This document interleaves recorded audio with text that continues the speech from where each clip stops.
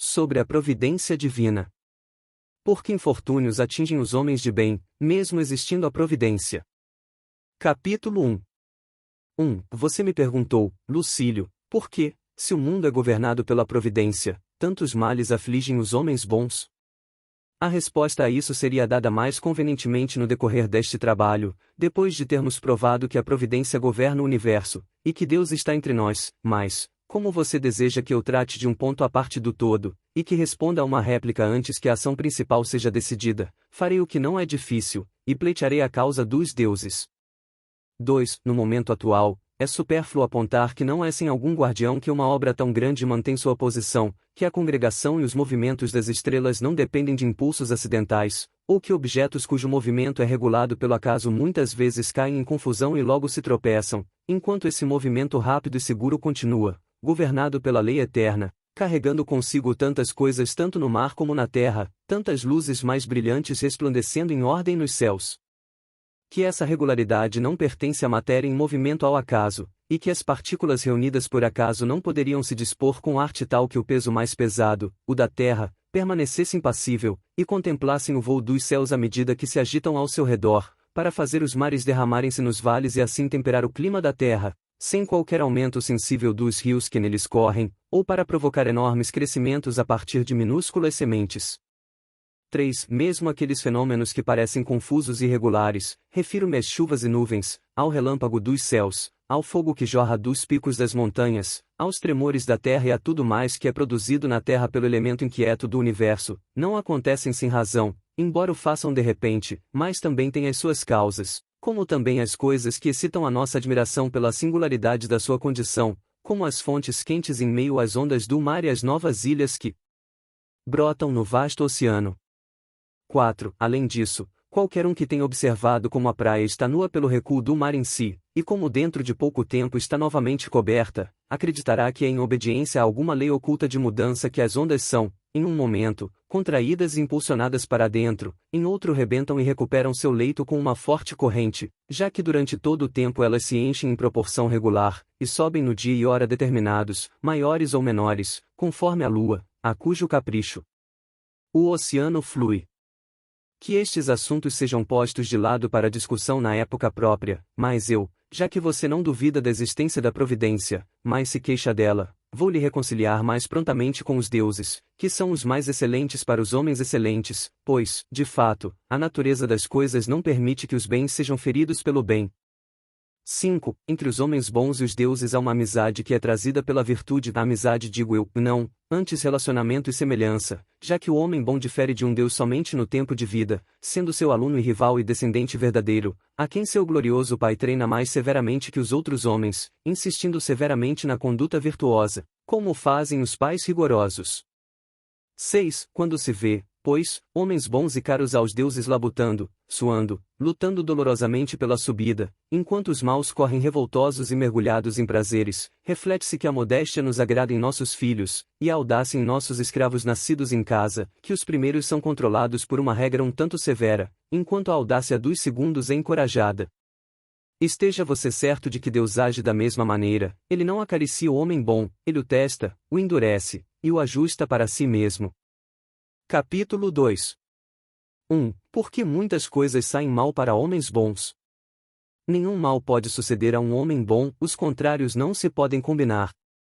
Assim como tantos rios, tantas chuvas das nuvens, tantas fontes termais, não alteram o sabor do mar, na verdade, não amolecem, assim também a pressão da adversidade não afeta a mente de um homem valente, pois a mente de um homem valente mantém seu equilíbrio e joga sua própria compleição sobre tudo o que se passa, porque é mais poderosa do que qualquer circunstância externa. 2. Não digo que ele não as sinta, mas que as conquiste, e que, às vezes, com calma e providência, se eleve superior aos seus ataques, considerando todas as desgraças como exercícios para sua própria firmeza. Mas, quem é aquele que, desde que seja homem e tenha honrada ambição, não anseia pelo devido emprego e não está ansioso por cumprir seu dever, apesar do perigo? Existe algum homem trabalhador a quem a ociosidade não seja um castigo? 3. Vemos os atletas, que se dedicam apenas ao treino da força corporal, se envolvem em competições com o mais forte dos homens, e insistem para que aqueles que os treinam para a arena, ao praticarem com eles, ponham toda a sua força para fora, sofrem golpes e maus tratos, e, se não conseguem encontrar uma única pessoa que seja seu par, se envolvem com vários ao mesmo tempo, sua força e coragem definham-se em um antagonista. 4. Eles só podem provar o quanto são grandes e poderosos se provarem o quanto podem tolerar sofrimento. Você deve saber que os homens bons devem agir da mesma maneira, de modo a não temer problemas e dificuldades, nem lamentar seu duro destino, tomar em boa parte o que quer que lhes suceda, e forçá-lo a tornar-se uma bênção para eles. Não importa o que você suporta, mas como o suporta. 5. Não vê como os pais e as mães se entregam aos filhos de maneira diferente? Como os primeiros os exortam a cumprir suas tarefas, e não toleram que fiquem ociosos mesmo nos feriados, e os exercitam até transpirarem, e às vezes até derramarem lágrimas, enquanto suas mães querem abraçá-los no colo, e mantê-los fora do sol, e nunca desejam que se aborreçam, ou que chorem, ou que trabalhem. 6. Deus tem uma mente paterna para com os homens bons, e os ama em espírito de homem. Que eles, diz ele, sejam exercitados por trabalhos, sofrimentos e perdas, para que adquiram verdadeira força. Aqueles que são sorteados com comodidade, quebram-se não só com o trabalho, mas com o mero movimento e pelo seu próprio peso. A prosperidade ininterrupta não pode suportar um único golpe, mas aquele que tem travado uma luta incessante com seus infortúnios ganhou uma pele mais grossa pelos seus sofrimentos, não cede a qualquer desastre, e mesmo que caia, ainda luta de joelhos. 7. Você se admira que Deus, que tanto ama os bons, que os quereria fazer alcançar a mais alta bondade e a proeminência, nomeia fortuna para ser seu adversário? Não me surpreende que os deuses às vezes tenham o desejo de contemplar grandes homens lutando contra alguma desgraça. 8. Às vezes nos alegramos quando um jovem de firme coragem enfrenta com sua lança a besta selvagem que o ataca, ou quando se depara com o ataque de um leão sem vacilar, e quanto mais eminente é o homem que age assim, tanto mais atraente é a vista. No entanto, não são questões que possam atrair a atenção dos deuses, mas meros passatempos e desvios da frivolidade humana. 9. Eis uma visão digna de ser vista por um Deus interessado em sua própria obra, eis um par digno de um Deus, um homem corajoso e de má fortuna, especialmente se ele próprio deu o desafio. Não sei que espetáculo mais nobre Júpiter poderia encontrar na Terra, se ali voltasse os olhos, do que o de Catão, depois de seu partido ter sido derrotado mais de uma vez, ainda em pé, em meio às ruínas da República. 10. Ele disse, e se todos caíssem no poder de um só homem, se a terra fosse guardada por suas legiões, o mar por suas esquadras, ainda que os soldados de César estivessem ao lado do portão da cidade, Catão tem uma saída, com uma mão abrirá um amplo caminho para a liberdade, sua espada, que ele suportou sem manchar pela vergonha inocente do crime, mesmo em uma guerra civil, ainda fará boas e nobres obras, dará a Catão aquela liberdade que não pôde dar ao seu país.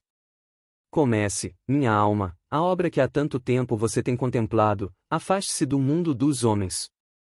Já Petreio e Juba se encontraram e caíram, cada um morto pela mão do outro, um corajoso e nobre pacto com o destino, mas nenhum só é digno da minha grandeza, é tão vergonhoso para Catão suplicar a morte pela mão de qualquer um como seria para ele suplicar a sua vida.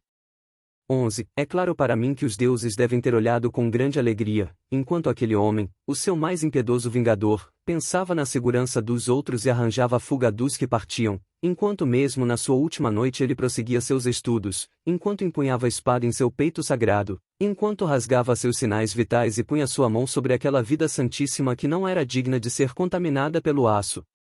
12. Essa, estou inclinado a pensar, foi a razão de sua ferida não ter sido bem dirigida e mortal. Os deuses não se contentaram em ver Catão morrer uma vez, sua coragem foi mantida em ação e convocada para o palco, para que se mostrasse num papel mais difícil, pois precisa de uma mente superior para voltar uma segunda vez à morte.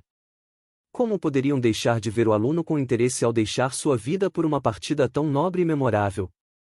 Os homens são elevados ao nível dos deuses por uma morte que é admirada até mesmo por aqueles que os temem. Capítulo 3. No entanto, à medida que prosseguir meu argumento, provarei que o que parecem ser males não são assim, por ora digo isto, que o que você chama de desgraça, infortúnios e coisas contra as quais devemos orar, são realmente vantajosas, em primeiro lugar, para aqueles a quem acontecem e, em segundo lugar, para toda a humanidade, por quem os deuses se preocupam mais do que com os indivíduos, e, em seguida, que esses males lhes acontecem com sua própria boa vontade, e que os homens merecem sofrer desgraças, se não estiverem dispostos a recebê-las. A isso acrescentarei que os infortúnios procedem assim pelo destino, e que recaem sobre os homens bons pela mesma lei que os torna bons. Depois disto, eu lhe convencerei, a não se compadecer de nenhum homem bom, porque, embora possa ser chamado infeliz, não pode ser assim. 2. De todas essas proposições, a mais difícil de provar, é que as coisas que tememos e que nos estremecem são vantajosas para aqueles a quem elas acontecem.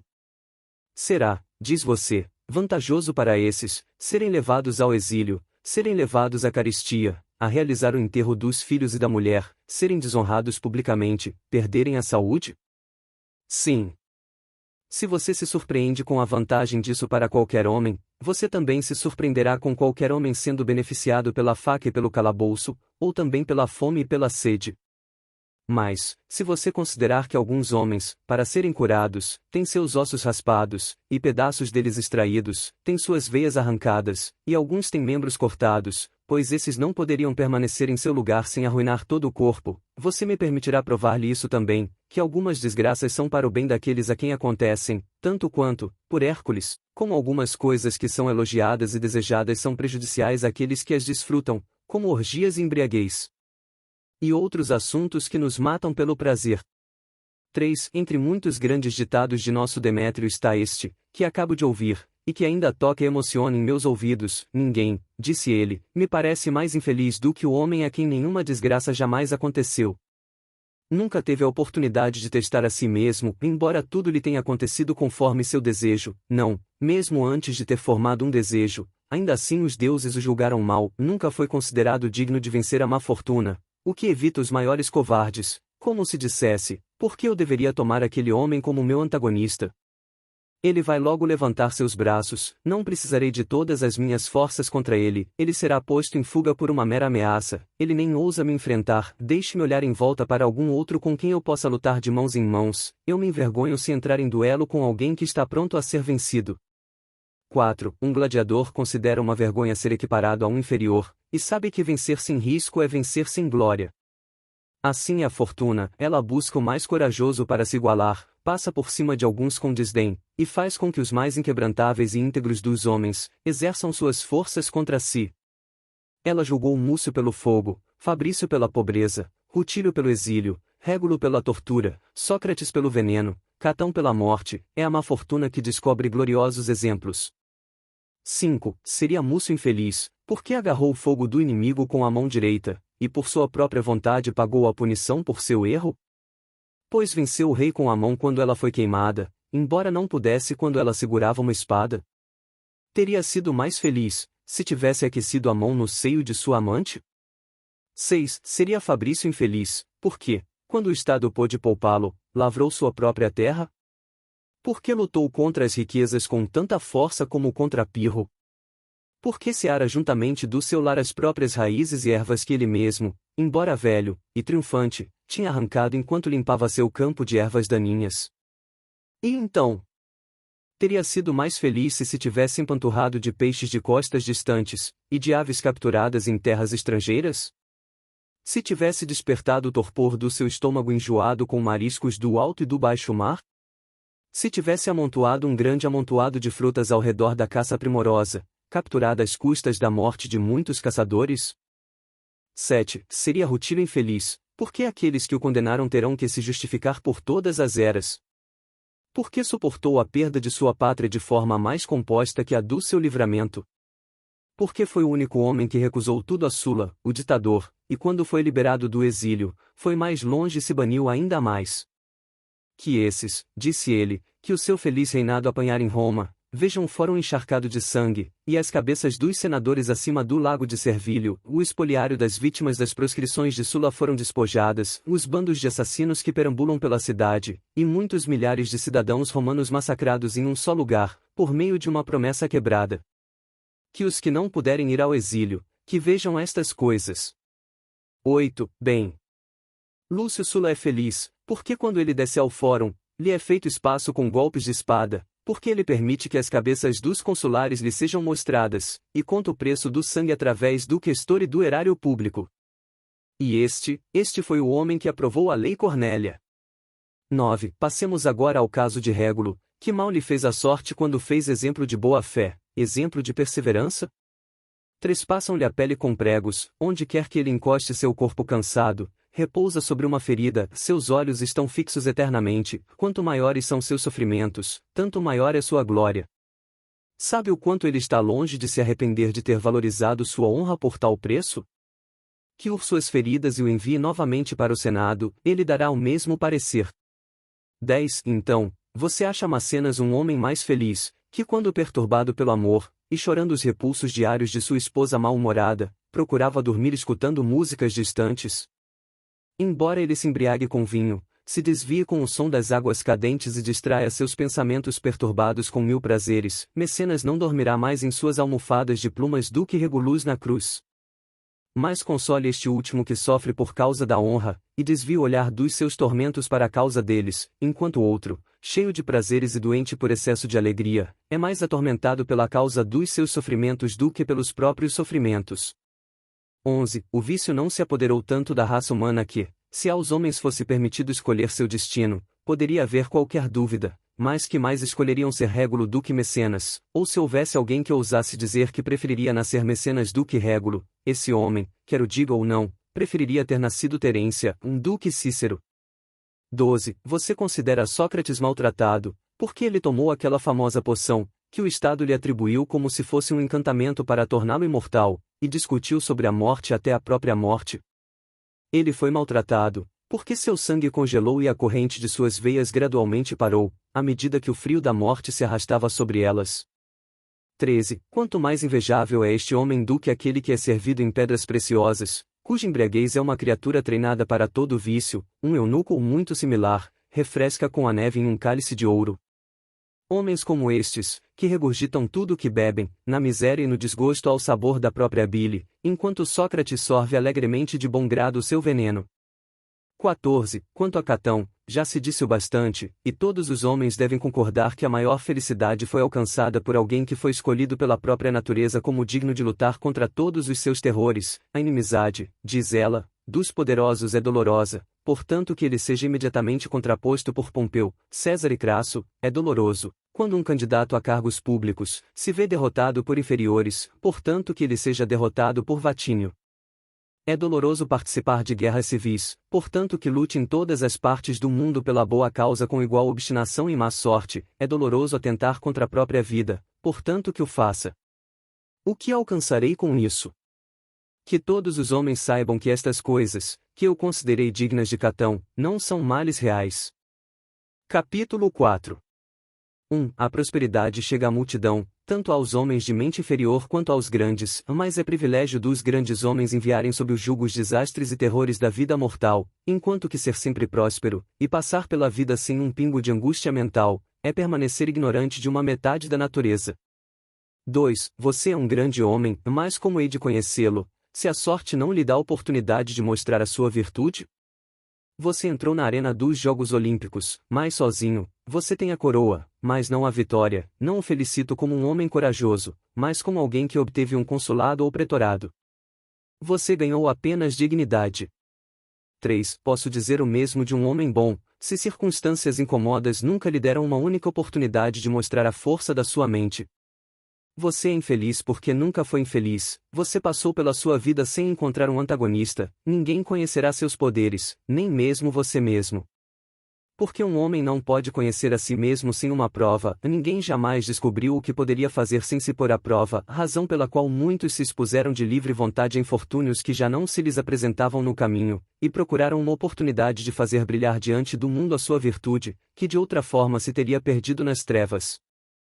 4. Os grandes homens, digo eu, muitas vezes se alegram com cruzes da fortuna, assim como os bravos soldados se alegram com as guerras. Lembro-me de ter ouvido Triunfo, que foi gladiador no reinado de Tibério César, queixando-se da escassez de premiações. Que tempo glorioso, disse ele, é passado. A valentia é ávida de perigos, e só pensa para onde se propõe a ir, não no que vai sofrer, pois até o que vai sofrer faz parte da sua glória. Soldados se orgulham de suas feridas, exibem alegremente seu sangue fluindo sobre seu peitoral. Embora aqueles que retornam sem ferimentos possam ter agido com tanta bravura, aquele que retorna ferido é mais admirado.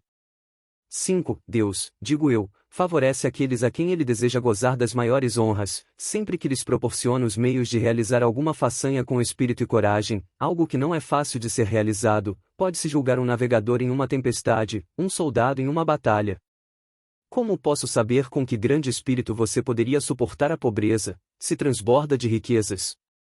Como posso saber com que firmeza poderá suportar a desgraça, a desonra e o ódio público, se envelhecer ao som de aplausos, se o favor popular não puder ser afastado de você, e parecer fluir para você pela inclinação natural da mente dos homens? Como posso saber quão calmamente você suportaria ficar sem filhos, se você vê todos os seus filhos ao seu redor? Eu ouvi o que você disse quando estava consolando os outros, então eu deveria ter visto se você poderia ter se consolado, se você poderia ter se impedido de se lamentar. 6. Não tenha pavor das coisas que os deuses imortais aplicam como esporas à nossa mente, o desastre é a oportunidade da virtude. Esses homens podem ser justamente chamados de infelizes, aqueles que são entorpecidos pelo excesso de gozo, que o contentamento preguiçoso mantém como que se estivessem num mar calmo. O que quer que lhes suceda, lhes será desconhecido. 7. Os infortúnios pressionam mais os que não estão familiarizados com eles, o jugo parece pesado para o pescoço delicado. O recruta fica pálido ao pensar em uma ferida, o veterano, que sabe que muitas vezes ganhou a vitória depois de perder sangue, olha com ousadia para o seu próprio sangue fluente. Da mesma forma, Deus fortalece, revisa e exercita aqueles que ele testa e ama, aqueles a quem ele parece se entregar e perdoar, ele mantém fora de condições para enfrentar suas desgraças vindouras, pois está enganado se supõe que alguém está isento de desgraças, aquele que há muito prosperou terá sua cota à parte algum dia, há aqueles que parecem ter sido poupados, só conseguiram que fossem postergados. 8. Por que Deus aflige o melhor dos homens com males, ou tristezas, ou outros problemas? Porque no exército os serviços mais perigosos são atribuídos aos soldados mais corajosos, um general envia suas tropas mais seletas para atacar o inimigo em uma emboscada à meia-noite, para reconhecer sua linha de marcha, ou para expulsar as guarnições hostis de seus baluartes. Nenhum desses homens diz ao iniciar sua marcha, o general me tratou mal, mas ele me julgou entre os melhores. Que aqueles que são convidados a sofrer o que faz chorar os fracos e covardes, digam da mesma forma, Deus nos julgou súditos dignos sobre os quais experimentar o quanto a natureza humana pode suportar o sofrimento. 9. Evitem o luxo, evitem o gozo efeminado, pelo qual a mente dos homens se amolece, e no qual, a menos que algo aconteça para lembrá-los da sorte comum da humanidade, eles ficam entorpecidos, como se mergulhados em contínua embriaguez. Aquele que tem as janelas envidraçadas sempre protegidos do vento, cujos pés são aquecidos por fomentos constantemente renovados, cuja sala de jantar é aquecida pelo ar quente abaixo do chão e espalhada pelas paredes, não pode enfrentar a brisa mais suave sem perigo.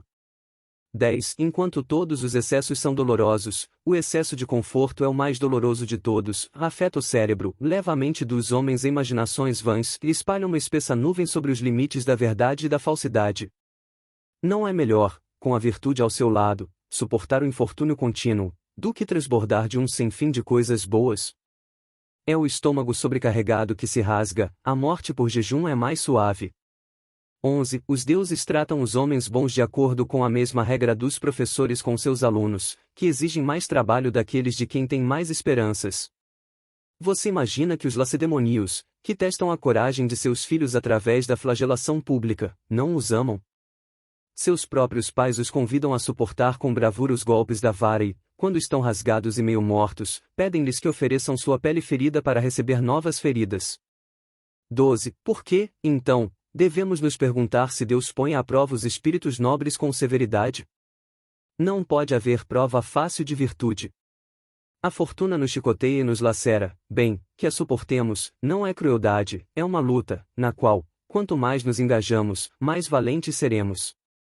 A parte mais forte do corpo é aquela que é exercitada pelo uso mais frequente, devemos confiar-nos à fortuna para sermos endurecidos por ela contra ela mesma, aos poucos ela nos fará um adversário a seu gosto. A familiaridade com o perigo nos leva a desprezá-lo.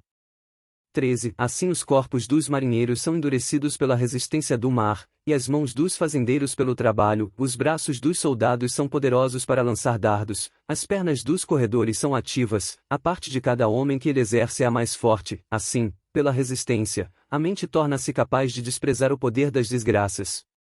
Vejam o que o sofrimento pode fazer em nós, se observarem o que o trabalho faz nas tribos sem recursos e se tornam mais fortes pela penúria. 14. Vejam todas as nações que habitam além da Pax Romana, refiro-me aos germânicos e a todas as tribos nômades que guerreiam contra nós ao longo do Danúbio.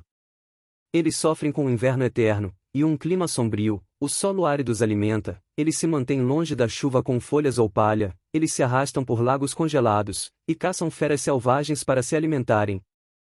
15. Você acha que eles são infelizes?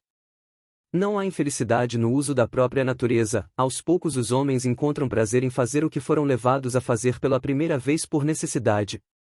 Não tem casa nem lugar de descanso, a não ser aqueles que o cansaço os indica para o dia. Sua comida, embora grosseira, deve ser procurada com as próprias mãos, a dureza do clima é terrível, e seus corpos estão despidos.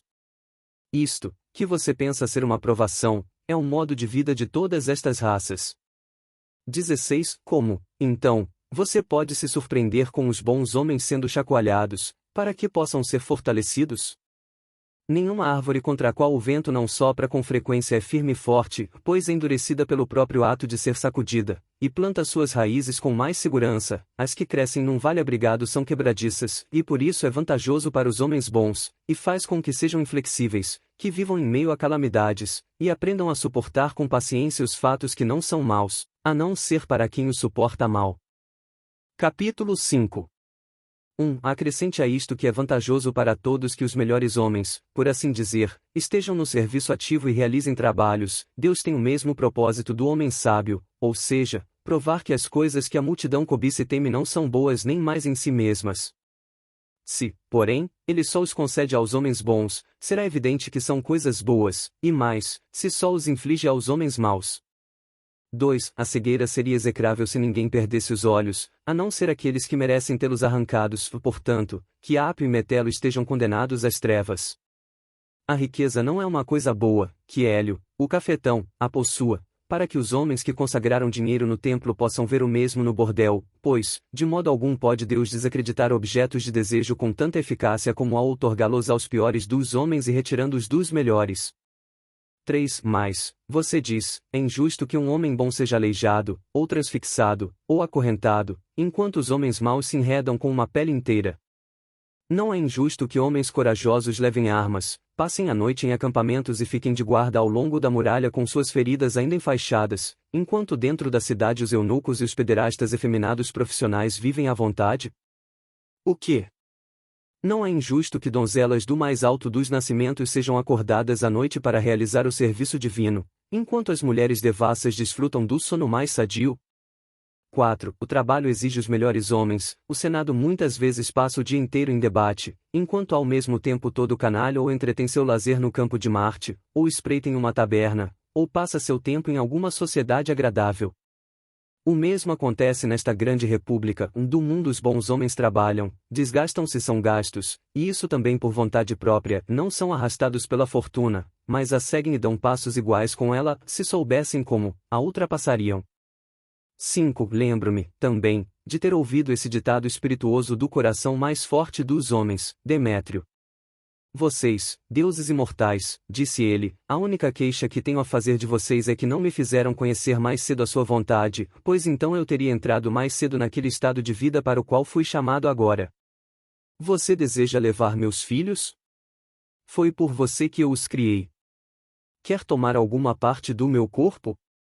Tome, não é grande coisa que eu esteja lhe oferecendo, eu logo entregarei ele todo. Deseja a minha vida? Por que hesitaria em devolver-lhe o que me deu? Tudo o que você pedir, receberá com a minha boa vontade. Não, prefiro dá-lo do que ser obrigado a entregá-lo a você. Que necessidade tinha de tirar o que me deu? Você poderia tê-lo recebido de mim, no entanto, como não pode tirar nada de mim, porque não pode roubar um homem a menos que ele resista. 6. Não sou obrigado a nada, nada sofro contra a minha vontade, nem sou escravo de Deus, mas seu seguidor disposto, e tanto mais porque sei que tudo é ordenado e procede de acordo com uma lei de valor eterno. 7. O destino nos guia, e a duração dos dias de cada homem é decidida na primeira hora de seu nascimento, toda causa depende de alguma causa anterior, uma longa cadeia de destinos decide todas as coisas, públicas ou privadas. Portanto, Tudo deve ser suportado pacientemente, porque os acontecimentos não são fortuitos, como imaginamos, mas vêm por uma lei regular. Há muito tempo ficou estabelecido aquilo que se deve alegrar e aquilo que se deve chorar, e embora a vida dos homens individuais pareça diferir entre si em uma grande variedade de detalhes, ainda assim a soma total chega a uma e a mesma coisa: logo perecemos, e os bens que recebemos logo perecem. 8. Por que, então, devemos estar indignados? Por que deveríamos lamentar-nos?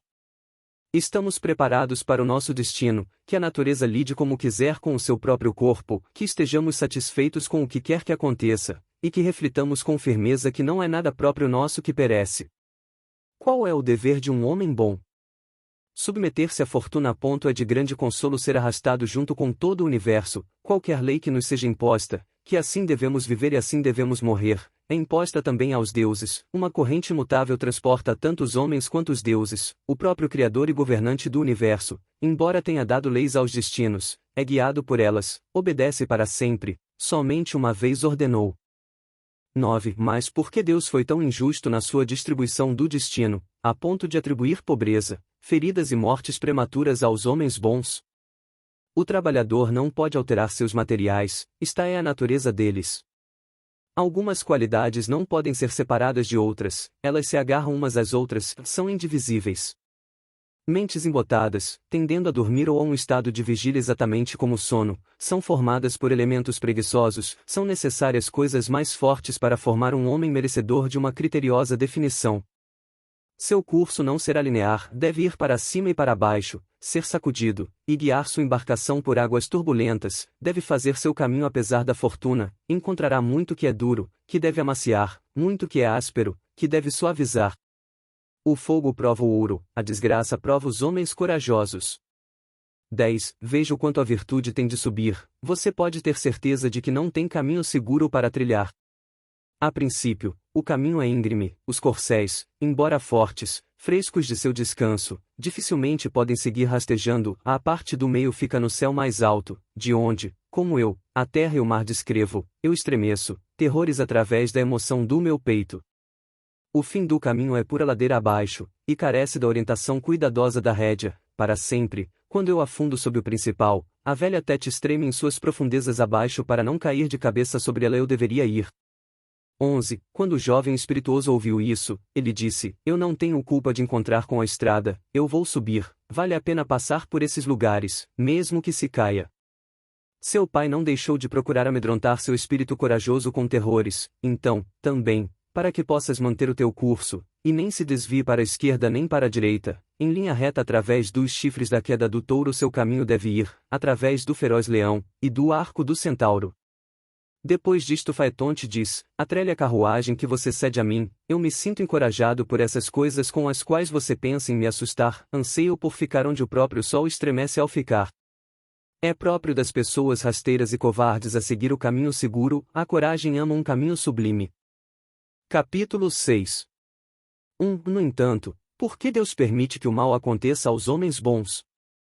Ele não permite, ele tira deles todos os males, como crimes e maldades escandalosas, pensamentos ousados, estratagemas de ganância, luxúrias cegas e avareza que cobiça os bens do seu próximo.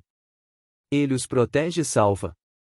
Alguém além disso quer exigir que Deus cuide também da bagagem dos homens bons? Porque, eles mesmos dispensam o cuidado de Deus por isso, desdenhando os acessórios externos.